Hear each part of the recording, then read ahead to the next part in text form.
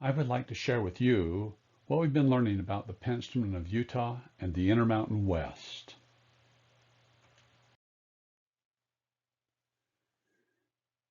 We'll begin by talking about the overview of the genus itself, those Penstemon found in the monument, those Penstemon found in the Utah region, Penstemon that are utilized in cultivation, some of our studies that we've been able to work on and publish to add to the wealth of knowledge out there, our Penstemon book, and those who've been involved in making this work possible.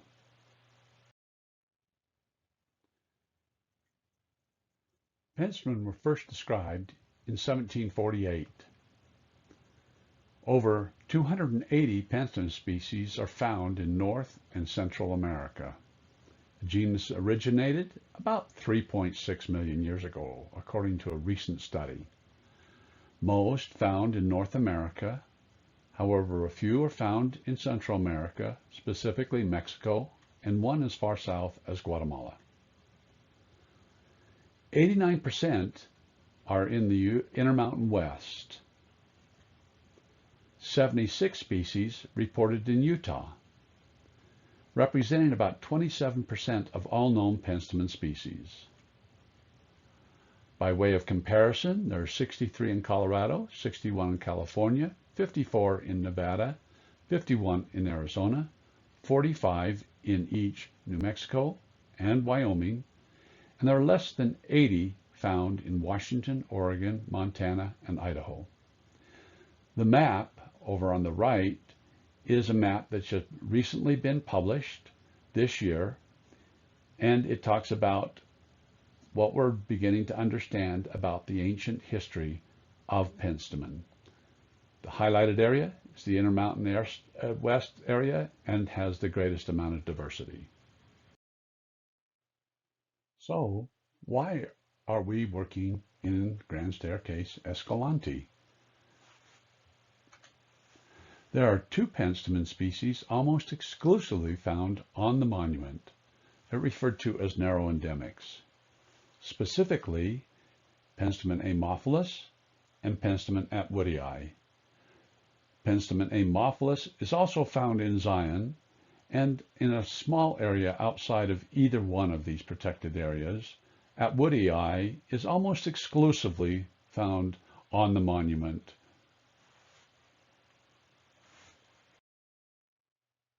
There are an additional 15 taxon associated with the monument.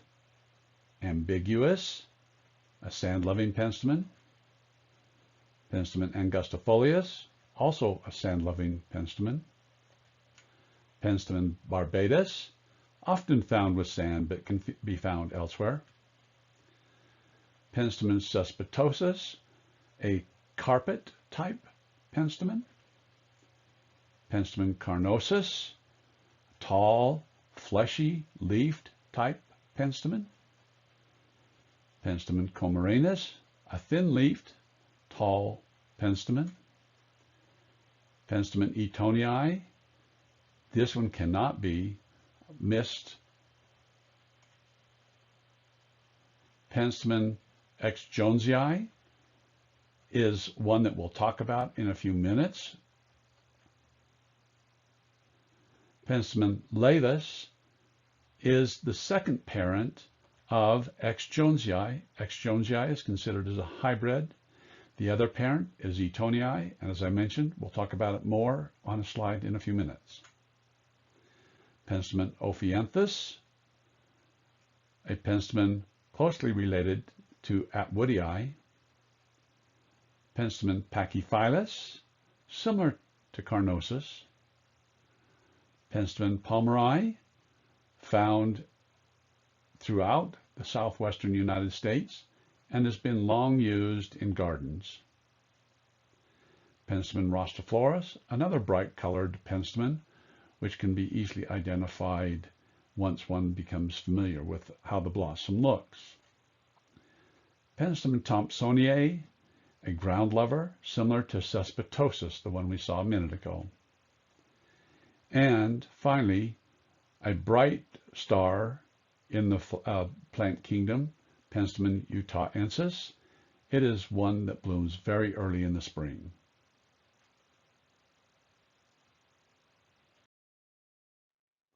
In addition to the 76 species found in Utah, we have found evidence of possibly 2 additional undescribed taxa in the state. 22 Penstemon species are solely endemic to Utah. Historically, Barbatus was the first species named, which is also found in Utah. However, it was not originally found in Utah. It was collected in Mexico and described in Spain in 1795. The first species described from samples actually collected in Utah was Penstemon fremontii in 1844, near Duchesne. The most recently described taxon was Penstemon cyananthus variety Judiae. This variety was recently named in 2003, can be found on Timpanogos Peak area and other tall peaks of the region.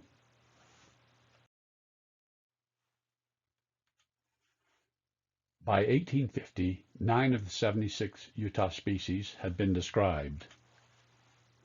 4 of these early described Penstemon were described and illustrated in the 1700s and 1800s. By 1900, 31 species had been described. Most recent description of any taxa is Penstemon franklini.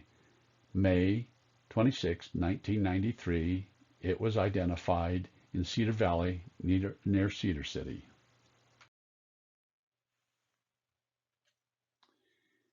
In Utah, Penstemon species can be found to grow from 2,900 feet to over 12,000 feet, from Mojave Desert to the Uinta Mountains. They grow in clay, sand, rock, organic soils.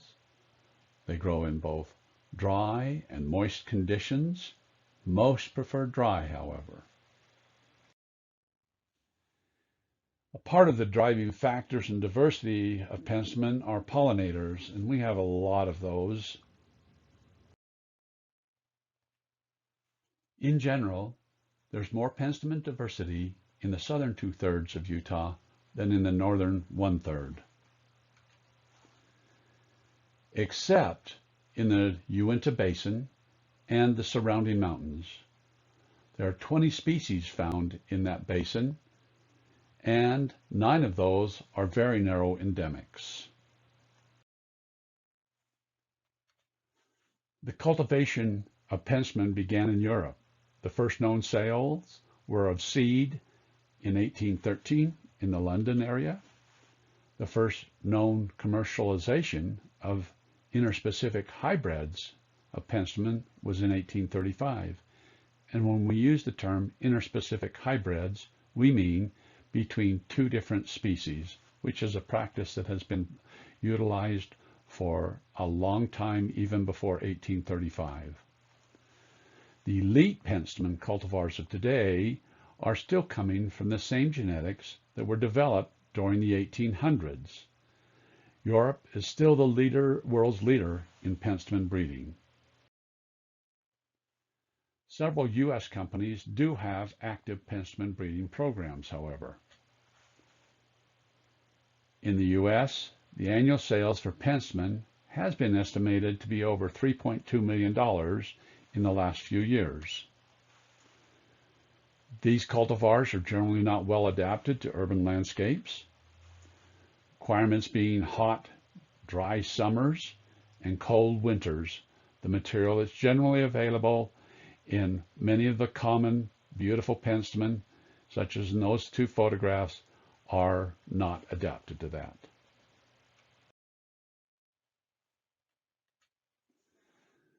That is a little surprising that we don't have much of our Intermountain West germplasm being used in elite materials, because you can see the diversity in these photos found in the Utah Intermountain region. In order to try and facilitate the utilization of some of the germplasm here in the Intermountain West, or the various species, for breeding, we began to perform scientific studies that could be useful in helping that cause. First, we asked the question, how much DNA could be found in a given cell across different species? We looked at over 100 species, and we found a great deal of variation between those. The next area of studies that we began to work on were studies understanding what the DNA actually looked like inside the cell. These studies were utilized to help students learn how to use molecular techniques to understand the genomes of various animals, plants, and so forth. These were tools, and they also provided information to help us understand better what Penstemon looked like. We did a study where we looked at the chloroplast, the sequence, the DNA sequence of the chloroplast. The chloroplast is where photosynthesis takes place, and that we were able to compare those chloroplasts amongst Penstemon, which had not been reported on, and is now being utilized to compare Penstemon against other species from other genera across the plant kingdom. We did a study where we developed markers, which are very valuable for breeding in today's world. We utilized a method that allowed us to secure SSR markers, which are the same as microsatellite markers. We then compared those markers across different species and within species for DNA fingerprints, similar to the way we are using that same type of markers in humans for forensics. We have been fortunate, and especially I felt lucky, because I'm a horticulturist and a plant breeder and never expected to be involved in the naming of a species. Specifically, we named Penstemon lucialensis, which is found over just east of the border of Utah in Colorado in the Una Basin area. This particular taxon had been named a variety of another species. In our studies, we demonstrated it was totally unique. We discovered that because it was supposedly related to plants we were working on. Most recently, in that same study in eastern Utah, we stumbled onto an area that had some very unique Penstemon, and the reason why we call it Joe Lynn's Penstemon is because I was driving and she noted it along the side of the road. We went back in a very difficult area to get off the road and collected samples. Later, in the next couple of years, the students identified that it was indeed quite unique. One of the fun studies that I've been involved with is the identification of the parentage of Penstemon jonesii. The student in this photograph is Wesley Crump. Wesley was responsible for writing the paper up and doing a lot of the actual studies. In this study, panels A and B of this figure 1 are the typical color of what has historically been described as jonesii. However, we found actual living plants of C, D, and E. You can see the variation in color there. Panel F shows the variation we found in one day, collecting fresh blossoms, and then comparing those. In figure 2, parents Etonii, which are panels A and D of figure 2, and parents C and F, which are Laevis, are now demonstrated to be the highly probable parents of jonesii, which is B and E in that panel.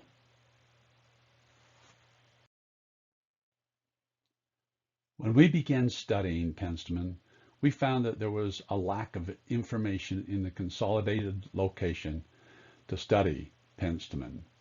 So we decided to write the book we would like to study. As a result of that, 2020, August last year, we released The Heart of Penstemon Country, and it is now available for public consumption.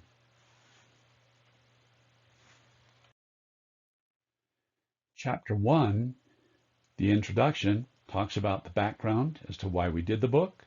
The map over on the right page is a good map for those who do not know the plateaus, which are many of us, but the plateaus are frequently used in the descriptions of where Penstemon and other species are found. Chapter 2, it talks about the discovery, geography, the distribution, the categorization of Penstemon. Chapter 3 talks about the ethnobotany and Penstemons in general. Chapter 4 talk about Penstemon cultivation and horticultural cultivars. That is something that is a major reason why we began the studies, were to try and understand how we might be able to develop Penstemon cultivars.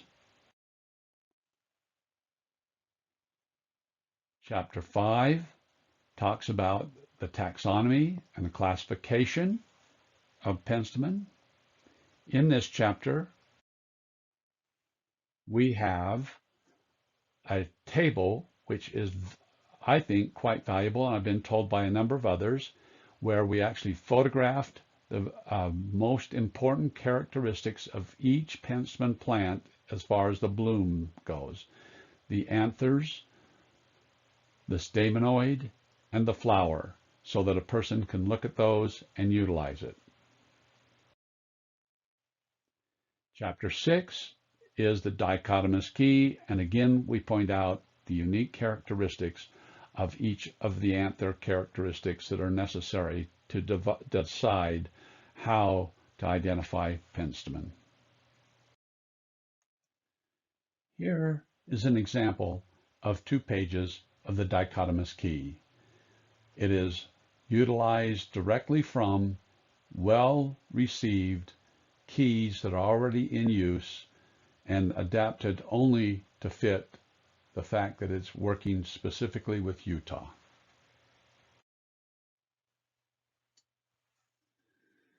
Penstemon angustifolius is an example of how we treat each of the species in Chapter 7.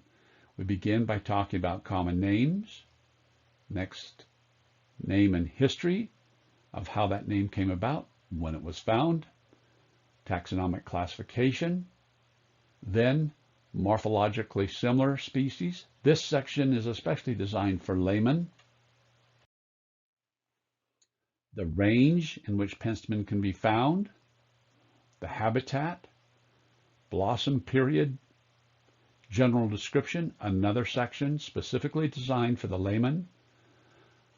Technical description is specifically designed for the professional. Conservation status. Cultivation is not found in every species because there's not information that we've been able to identify. The same with breeding cultivars and cultivars. Ethnobotany is also not found in every species section. Finally, the end of the book. Chapter 8 talks about the notable contributors to the study of Penstemons in the state of Utah. The references, there are over 480. This is an excellent book for those who desire to understand the background of where information comes from. Glossary with technical definitions. Approximately 281 terms are involved, with 46 of them having associated photos. And we have an excellent index. In the book, There are about 800 photographs involved. The authors, myself, Dr. Stephen Love from the University of Idaho Extension Service, and Tony McCammon, who also was with the University of Idaho Extension Service, but recently began his own business and is living now in St. George, running a horticulture and native plants-based business. The notable collaborators and research assistants are listed here. These individuals made this book and all of the work presented here possible. I hope you've enjoyed this. I hope you enjoy your time looking at the native flowers of the region. And I thank you for your time. If you have any questions, feel free to contact me. Thank you.